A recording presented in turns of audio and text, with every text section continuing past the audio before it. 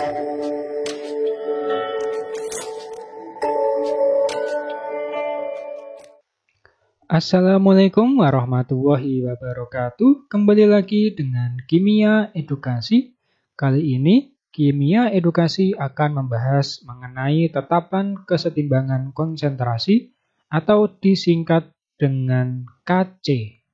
Nah, ketika membahas mengenai tetapan kesetimbangan konsentrasi selalu berkaitan dengan reaksi reversibel atau di sini adalah reaksi bolak-balik.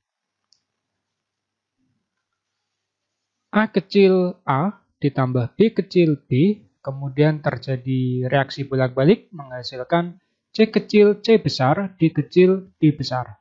Nah, misalnya yang dimaksud dengan A kecil, B kecil, C kecil, dan D kecil itu adalah posisi koefisien yang di depan ini. Koefisien yang di depan ini ya. Ini misalnya. Kemudian ini kan yang terlihat saja di sini.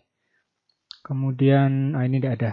Nah, rumus dari tetapan kesetimbangan konsentrasi itu adalah KC sama dengan C pangkat C, konsentrasi C dipangkatkan dengan C kecil. Jadi C kecil itu diambilkan dari ini dimasukkan menjadi pangkat. Ini juga sama, masuk ke pangkat. Jadi bagian ruas sebelah kanan itu posisinya ada di atas. Kanan, kiri. Yang kanan itu ada di posisi atas. Kemudian yang kiri ada di posisi bawah. A besar pangkat A kecil, B besar pangkat B kecil. Sama ya, posisi A kecil ini menjadi pangkat, kemudian B kecil menjadi pangkat juga. Nah, rumus ini itu biasanya di dalam berbagai literatur tidak hanya menggunakan istilah A kecil, B kecil, bisa juga menjadi seperti ini misalnya.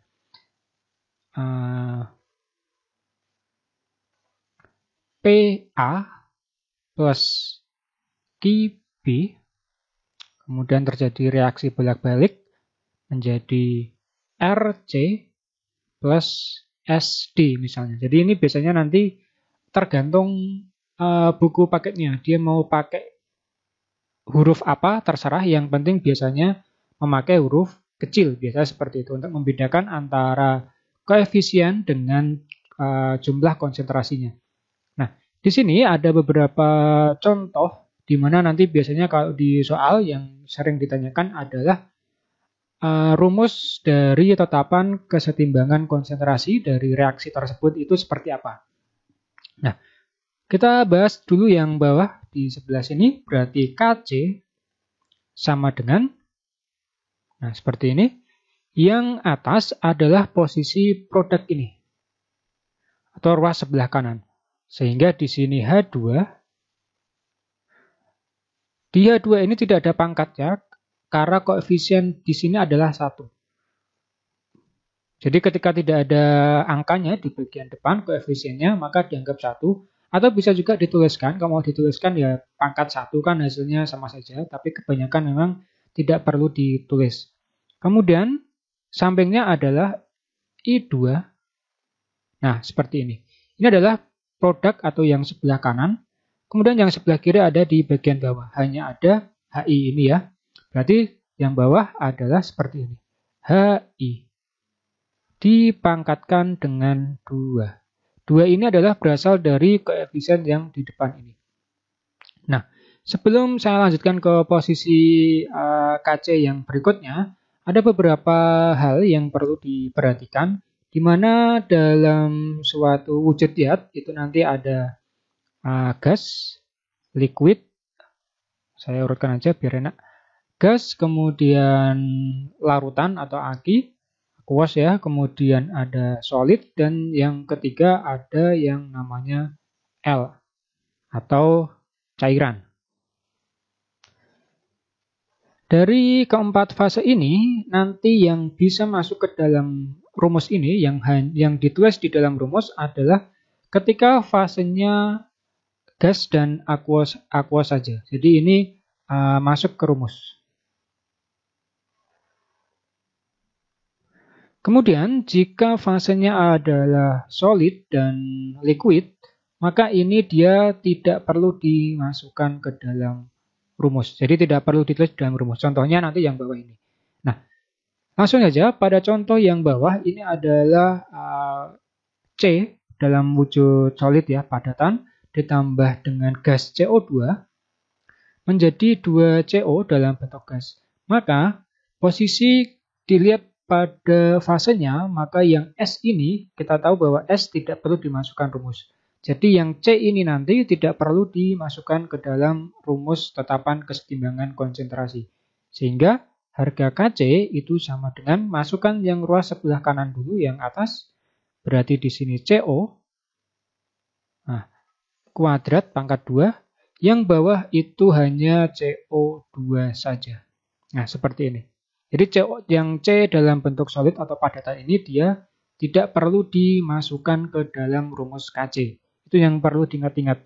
Biasanya kesalahannya jika menemukan soal yang heterogen seperti ini fasenya, C ini dimasukkan ke dalam rumus sehingga mengakibatkan kesalahan dalam menjawab soal. Sekarang yang sebelah kanan.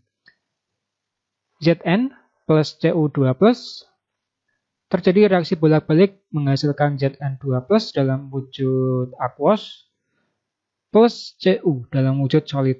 Maka Kc di sini kita lihat dulu S dan liquid tidak boleh dimasukkan ke dalam rumus sehingga di sini ada S1 ini tidak dimasukkan ke dalam rumus ya. Sehingga Kc-nya adalah yang atas Zn2 plus. Tetap posisi karena dia bentuknya ion, maka 2 plus ini masuk ke dalam Zn, bukan dijadikan sebagai pangkat yang di sini. Nah, pangkatnya berapa? 1 saja, karena di sini angkanya tidak ada. Kemudian dikalikan dengan, Cu ini bentuknya solid ya, Cu ini bentuknya solid sehingga ini tidak dimasukkan ke dalam rumus juga. Sehingga posisinya seperti ini. Nah, seperti ini. Ini Cu tidak masuk ke dalam rumus, cuman berarti hanya ada Zn2 plus ini. Karena Ag dia masuk ke dalam rumus. Yang bawah cuman ada Cu2 plus. Cu2 plus seperti ini. Tanpa ada pangkat. Karena Cu koefisiennya cuma 1. Sekarang yang bawah. Rumus dari Kc. Dari ini ya. Maka nanti kita lihat dulu. Yang masuk dalam rumus adalah gas dan aquos. Sedangkan solid dan liquid tidak masuk. Sehingga H2O ini, karena dia fasenya liquid, ini tidak masuk ke dalam rumus. Yang sebelah kanan semuanya masuk ya, karena Ag semuanya Ag. Sehingga yang atas adalah ruas kanan dimasukkan, tetapannya seperti ini, CH3, COOH. Nah, tanpa menggunakan pangkat, karena posisinya tidak ada, koefisiennya cuma 1. Kemudian OH- kita masukkan. Ini juga sama, tidak ada pangkatnya. Yang bawah, cuman yang dimasukkan adalah CH3, COO-. H2O tidak perlu dimasukkan. Sehingga di sini adalah seperti ini. Nah, jadi yang perlu diingat-ingat dalam penentuan rumus ini adalah kanan dulu di bagian yang kanan di bagian atas, yang ruas sebelah kiri di bagian bawah. Oh, ini maksudnya adalah kiri ya, maaf. Salah ini. Kemudian yang perlu diperhatikan lagi adalah fasenya. Nah ini. Gas dan aqua saja yang nanti dia masuk ke dalam rumus. Sedangkan yang fase solid dan liquid ini dia tidak masuk ke rumus.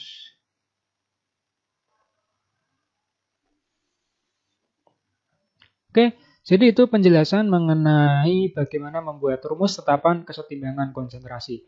Nanti di materi berikutnya, di video berikutnya baru akan saya bahas mengenai bagaimana menentukan nilai Kc dari suatu reaksi. Seperti itu. Kalau ada pertanyaan nanti bisa ditanyakan di kolom komentar. Sampai jumpa pada materi-materi berikutnya di Kimia Edukasi. Wassalamualaikum warahmatullahi wabarakatuh.